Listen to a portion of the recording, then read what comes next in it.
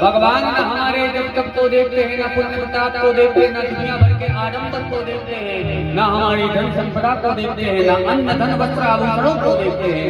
भगवान को केवल हमारा भाव दिखता है, भगवान केवल हमारी निर्मल भक्ति को देखते हैं। और जिसका भाव शुद्ध होगा, जिसकी मन में महाराज परमात्मा के प्रति निश्चल प्रेम होगा, परमात्मा उसको मिल जाएगा। जब यज्ञपत्नियों ने भगवान को भोजन करा दिया, भोजन के पश्चात जब वह यज्ञपत्नियां वापिस आने लगी तो उन पत्नियों ने भगवान से कहा हम जाएंगे नहीं। भगवान ने कहा क्यों? बोली हम अपनी घर की मर्यादा को लांघ करके पति की आज्ञा का उल्लंघन करके आई हैं। और जब हम आ गए थे तो हमारे पतियों ने हमें यह कह दिया था कि जाते रही हो लेकिन लौट के वापस मत आना। क्या मूल्य करके जाएंगे? भगवान ने कहा नहीं, अब आप जाएं और जाकर के आप जो देखेंगी उससे आप इतनी प्रसन्न होंगे जिसकी कोई सीमा नहीं। आज आपके पति पहले करते थे उससे 10 गुना ज्यादा आपका सम्मान करेंगे। यज्ञपत्नियों ने भगवान की बात को माना और वापस अपने घर को आई तो अपनी पत्नियों के मुखमंडल को देखकर ही वह यज्ञ ब्राह्मण समझ गई कि कहाँ गई और किसके दर्शन करने करके आ गया महाराज। उन यज्ञ ब्राह्मणों ने अपने आप को कोसा। भागवत में सुखदेव जी महाराज कहते हैं दिग्जन वृद विद्या दिग बहुज्ञता दिग कुल दिग क्रियादास्यम विमुखाये तद्भोक्षति। वो ब्राह्मण कहते हैं धिक्कार है हमारे जन्म पर, धिक्कार है हमारे कुल पर, धिक्कार है हमारी विद्या पर, धिक्कार है हमारी ज्ञान पर, जिसका हमने मान किया, जिसके कारण आज परमात्मा के दर्शन से हम वंचित रहे महाराज। इसीलिए हम आप सब लोगों से कहते हैं कि चाहे 10 घंटे की पूजा मत करो, 10 मिनट की पूजा ही सही है, लेकिन भाव शुद्ध होकर के करो। अपनी आत्मा को निर्मल बनाकर के परमात्मा का चिंतन और मनन करो, तभी जाकर हमारी वह पूजा सार्थक होगी। प्रेम से बोलो राधे महाराज। इसी प्रेम की चर्चा को आगे बढ़ाते हुए अब हम उस प्रेम की चर्चा को करेंगे जिस पर महाराज ये संपूर्ण प्रेम की परिभाषा करती है, जिसे हम महाराज के नाम से जानते हैं।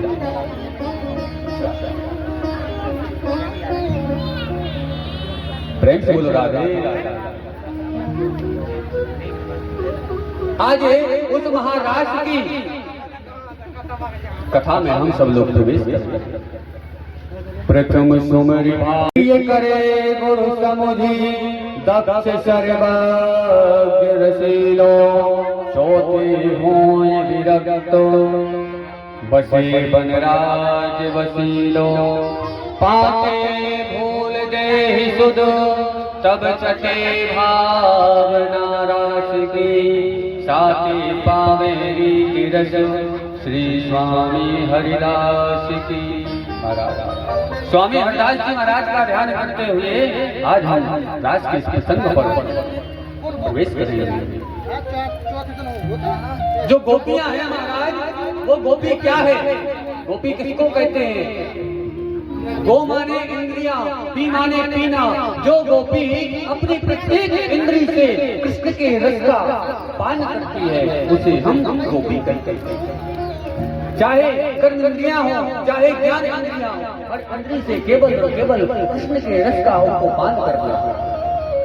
कान गोपियों के हैं तो उनसे केवल वो कृष्ण का नाम सुनना पसंद करती है। नेत्र जो गोपियों के हैं उनसे केवल कृष्ण का दर्शन करना वो पसंद करती है।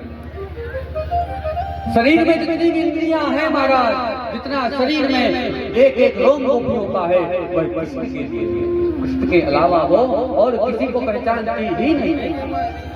आज महाराज सुंदर शरद पूर्णिमा की रात, शरद पूर्णिमा की मध्य रात्रि को भगवान श्री कृष्ण चंद्र ने महाराज निधि वन में जाकर के यमुना जी के पावन किनारे पर बैठ करके शरद पूर्णिमा की रात्रि को जैसे ही बंसी का निनाद किया, जैसे ही मुरली को बजाना प्रारंभ किया महाराज, तो जहां जहां पर उस मुरली का स्वर गया, जहां जहां पर मुरली की ध्वनि जाती है, जिस जिस व्यक्ति के, जिस जिस गोपी के कानों में वह बंसी का निनाद जाता है महाराज, वो सब गोपियों को ऐसा लगता है कि मानो कृष्ण बंसी में से हमारे नाम से हमें पुकार रहे हैं, हमें बुला रहे हैं।